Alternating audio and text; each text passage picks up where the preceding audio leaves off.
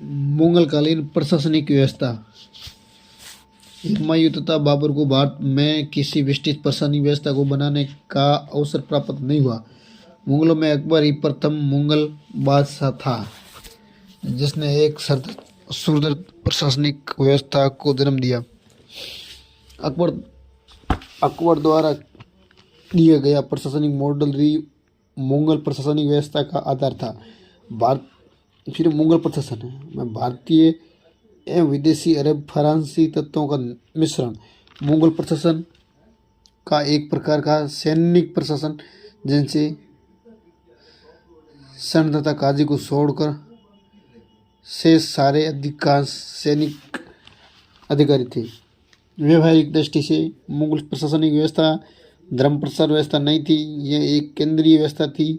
सारी शक्तियाँ मुगल बादशाहों में निहित थी। उसके बाद आ गया अब्दुल फजल ने मुगल ने राजस्व का वर्णन करते हुए कहा, राजस्व को किया गया खर्रा या कोई फर्रा आदि जिसका अर्थ है देवीय प्रकाश है। राजस्व ईश्वर का अनुग्रह है तथा यह केवल उसी व्यक्ति को प्राप्त है जिससे वो एक साथ हजारों गुण विद्वान है। जैसे बाबर, बादशाह से बढ़कर कोई बंधन नहीं है। यह तक बादशाह के बादशाह भी बादशाहों की बादशाह होती है। बादशाह की भाषा भी भाषा ही बादशाह होती है। अकबर जिले इलाही का अर्थ है ईश्वर की साया। 1579 में अकबर ने मजहर की घोषणा की के द्वारा अकबर ने स्वयं राजनीतिक मामलों के साथ साथ धार्मिक मामलों में भी प्रधान घोषित किया। वह इस्लाम का अंतरिम निर्णायक था। यदि हम मुगल शासकों की बात करें तो मुगलों ने बादशाहों की उपाधि धारण की थी, जबकि संतलज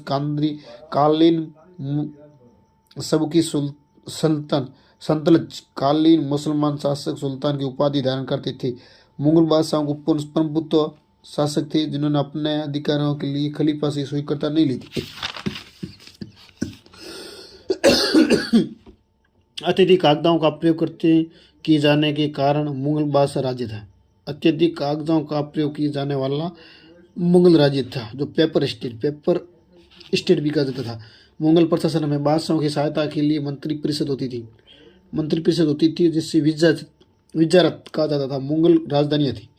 आरंभ में अकबर के समय में आगरा 1556 से 1569 थी राजधानी थी, और उसके बाद फतेहपुर सीकरी थी 1569 से 1584 तक, फिर लाहौर होंगी 1584 से 1599 तक, फिर आगे आगरा 1600 से लेकर 1648 तक राजधानी आगरा थी।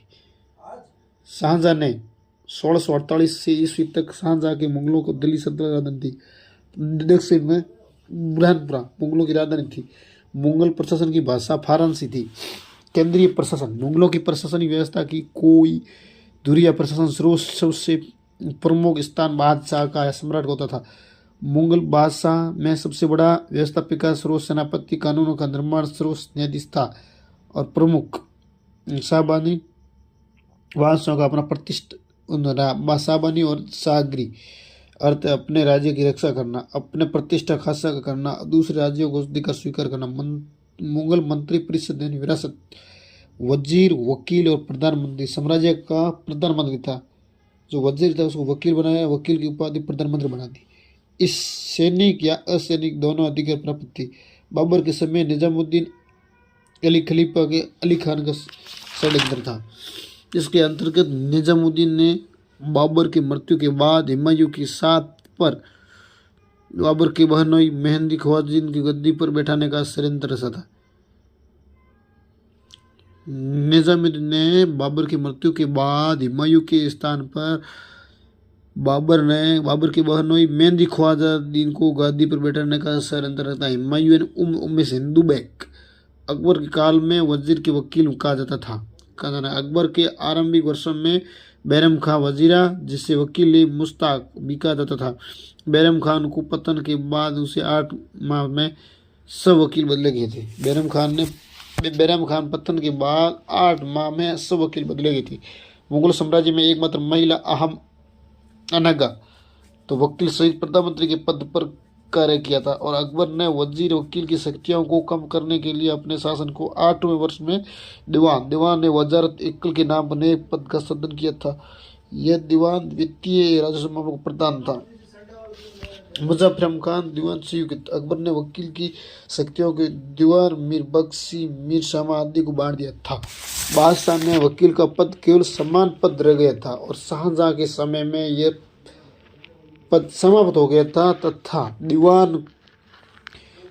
दीवान को ही वजीर कहा जाने लगा। थैंक यू दोस्तों, धन्यवाद। आप सबका स्वागत।